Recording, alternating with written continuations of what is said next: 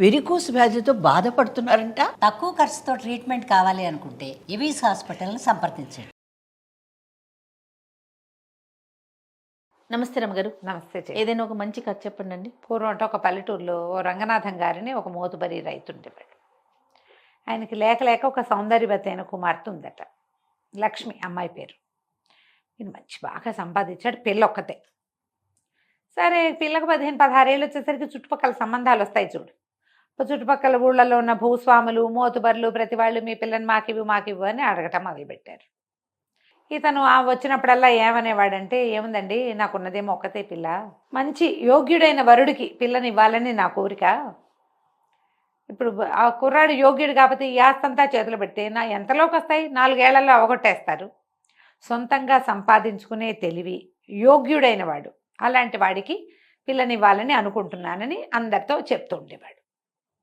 ఇలా గడవగా ఒకసారి ఒక 3 యువకులు, మేము చాలా యోగ్యులం, మీ పిల్లని చేసుకుని మేము మీ ఆస్తిని పెంచుతాం, మేము చాలా తెలివిగల వాళ్ళం, మంచివాళ్ళం అని అందరితోటి యోగ్యతా పత్రాలు కూడా పుచ్చుకుని, ఈ పిల్లాడు చాలా మంచివాడు, ఈ అబ్బాయి చాలా మంచివాడు అని అలాంటి సర్టిఫికెట్లు తీసుకుని 3 వచ్చారు. వస్తే సరే ఇతను 3 బాగున్నారు, 3 కాస్త చక్కటి వాళ్ళు, చూడడానికి బాగున్నారు, ఆస్తిపాస్తి ఉన్నవాళ్లే, మరి ఎంతో కొంత చదువు ఉంది, చుట్టాల పక్కాల్లో వాళ్ళ వివరాలన్నీ అందరూ సర్టిఫై చేశారు, వీళ్ళ అబ్బాయి మంచివాడు అని. మరి ఇప్పుడు మంచివాడంటే 3 మంచివాళ్ళలో ఒక మంచివాడిని తీయటం ఎలాగా, కష్టం కదా. అయితే ఈయన ఏమన్నాడు, మీ ఆస్తిపాస్తులు, మీ నాన్నగారులు పరువు మర్యాదల మీద ఆధారపడకుండా నెల తిరిగేసరికి 100 రూపాయలు సంపాదించి పట్టుకురండి.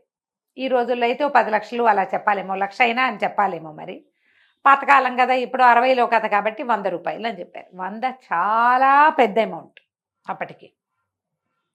మనకి ఇప్పుడు ఏమొస్తాయి 100 రూపాయలతో? అది పరిస్థితి. కొన్ని కేజీ పళ్ళు కూడా రావమ్మా. అది పరిస్థితి. అది మన పరిస్థితి. అది 100 సులువు, చిన్న సంచిలో పెట్టే కూరలు మాత్రమే కొనగలుగుతున్నాం మనం. సరే చెప్పాడు. చెప్తే 3 అబ్బాయిలు బయలుదేరారు, తలా ఒకవైపుకి వెళ్ళారు. మొదటివాడు సారంగపాణి, ఆ అబ్బాయి పేరు. ఈ సారంగపాణి ఏం చేశాడు, వెళ్తున్నాడు ఒక ఊళ్ళల్లో నడిచి వెళ్తాడు, డబ్బు సంపాదించడం ఎలా అని ఆలోచిస్తుంటే అతనికి ఒక చెరువు గట్టుకి వాటి మీద పక్కన ఇంత కొయ్య బొమ్మ దొరికింది. ఊరికి కూర్చుంటే అక్కడ కనపడింది. ఏమిటా అని బొమ్మను తీసి చూశాడు. అదొక దేవతా విగ్రహం. మరి చెరువులో పైనుంచి కొట్టుకొచ్చిందో, ఎవరైనా సామాన్లు ఇల్లు ఖాళీ చేస్తూ అక్కడ పడేశారో తెలియదు, కానీ ఇతను ఆ బొమ్మని శుభ్రంగా చెరువులో తీసుకెళ్ళి బాగా శుభ్రం చేసి చూశాడు. కన్ను ముక్కు బాగుండి మరి అటు ఇటుగా కొంచెం నదీ దేవత విగ్రహాల్లాగా కనపడుతోంది. ఈ అబ్బాయి ఏం చేశాడు, ఆ ఊళ్ళోకి నడిచెళ్ళి, ఊళ్ళో ఒక రావి చెట్టు దగ్గర ఒక పక్కన ఒక చెరువు కూడా, ఆ చెరువు గట్టు మీద ఆ విగ్రహాన్ని పెట్టి ప్రతిష్టలాగా పెట్టేసి, మరి ఆ పక్కనున్న దేవాలయంలోకి వెళ్ళి పసుపు కుంకుమ పట్టుకొచ్చి అమ్మవారి ముఖానికి ఇవి దేవతా విగ్రహాన్ని పసుపు రాసేసి బొట్టు పెట్టి అక్కడ పెట్టాడు. రావి చెట్టు కింద కూర్చున్నాడు. కూర్చుంటే వీళ్ళు బాబు ఎవరినైనా అని ఏదో అడిగితే, నేను మా గురువుగారితో కలిసి దేశాటం చేస్తున్నానండి, గంగామాత విగ్రహం దొరికింది నాకు, ఇదిగోండి ఈ చెరువు గట్టు మీద తెచ్చిపెట్టాను అనగానే 1-2 చూశారు. అమ్మవారి జేచి కళకళ్ళాడిపోతుంది, చెక్క బొమ్మ. గంగామాత విగ్రహాలు చెక్కల మీద ఉండటం కద్దే కనపడతాయి. ఆ వచ్చిన వాళ్ళు అబ్బో ఎంత బాగుంది అని దండం పెట్టారు.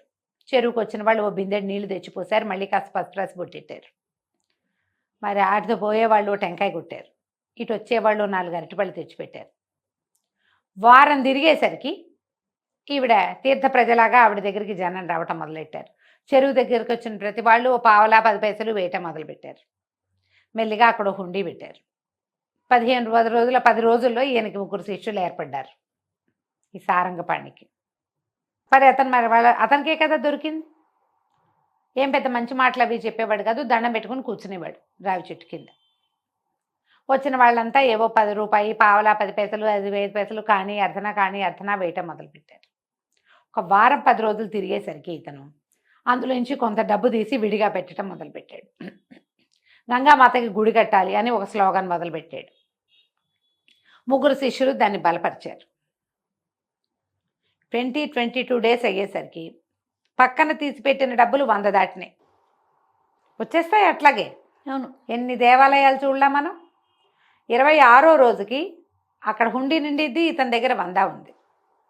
26వ రోజున ఇతను ఏం చెప్పాడంటే, నేను వెళ్ళొస్తాను నాయన, గురువుగారు స్వప్నాదేశం ఇచ్చారు, నన్ను కాశీ రమ్మన్నారు, అమ్మవారికి గుడి కట్టించే బాధ్యత మీదే.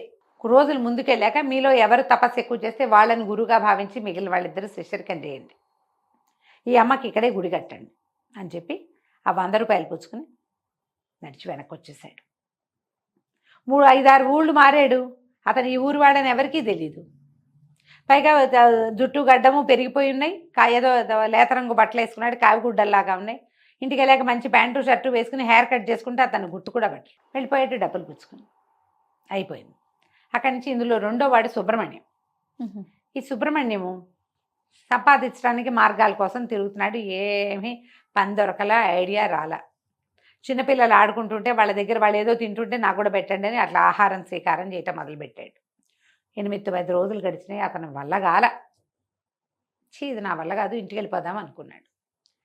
5-6 ఊళ్ళు దాటేశాడు. ఆ ఊరు ఈ ఊరు ఈ ఊరు నడుస్తూ ఓ ఊళ్ళో ఇతను ఇంక వెళ్ళిపోదాం ఇక వెనక్కి, ఇక నేను ముందుకు వెళ్ళను ఈ సంపాదన కోసం అని అనుకుని వెనక్కి తిరిగేసరికల్లా ఏమైంది, కొంత దూరం నడిచి వస్తుంటే చీకటి మాటన ఎవరో మనిషి పరిగెడుతూ ఇతన్ని గుద్దేశాడు. గుద్దేసేసరికల్లా కింద పడ్డాడు. ఇతను అతన్ని లేవదీసే లోపల వెనక నుంచి పెద్ద పెద్ద కేకలు వినపడ్డాయి, పట్టుకోండి పట్టుకోండి, దొంగ దొంగ. వాడు దొంగ అనేసరికల్లా ఇతను గట్టిగా పట్టాడు. అవతల వాడు 2 గుద్దులు గుద్దేశాడు ఇతన్ని. పట్టుకుంటున్న వాడిని కొట్టాడు. కొట్టేసరికల్లా ఈ సుబ్రహ్మణ్యం కొంచెం గట్టివాడే ఇతను. అతను ఆ దొంగని పెడరక్కలు విరిచి పట్టేసుకున్నాడు. మోకాలతో మోచేత్తో దొరికిన చోటల్లా కొట్టేసి పట్టేశాడు. ఆ అవతల కేకలు పెడుతున్న వాళ్ళకి పట్టుకున్నాను రండి రండి రండి అంటే వీడి దగ్గర ఒక కత్తి కూడా ఉంది. ఈ పరిగెత్తుకొస్తున్నది కత్తి దొంగ దగ్గర. సుబ్రహ్మణ్యంకి ఒక చిన్న గాయం కూడా అయింది. కానీ అతను వదిలిపెట్టల, సాహసి. పట్టుకున్నాడు. వాళ్ళు పరిగెత్తుకుంటూ వచ్చి ఈ గట్టిగా వెనక నుంచి పట్టుకున్నాడుగా, అతన్ని స్వాధీనం చేసుకున్నారు. బాబు ఎవరండి మీరు, ఏ ఊరు మీద, ఈ ఊరు వాళ్ళే లేరే అని కనుక్కున్నారు. ఏదో పై ఊరు, ఏదో పని కోసం ఈ ఊరు వచ్చానని చెప్పాడు. చెప్పేసరికి రండి జమీందార్ గారి దగ్గరికి వెళ్దాం.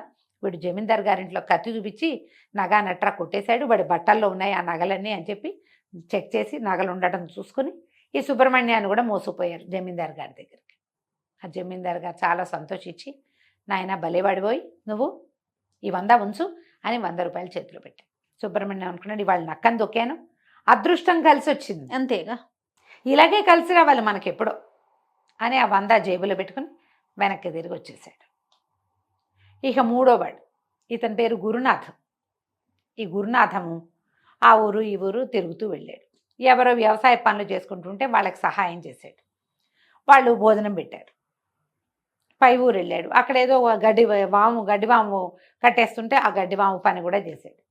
16 రోజులు గడిస్తే ఈ 15 రోజుల్లో అతను శుభ్రంగా సుష్టుగా తిన్నాడు ప్రతిరోజు. డబ్బులు 5-6 రూపాయలు కూడా అతని దగ్గర చేరల. తిండి గడుస్తోంది కానీ డబ్బులు రావటంలా. ఇవి ఎట్లా వస్తాయో అతనికి తెలియలే. 15 రోజులు అయిపోయింది.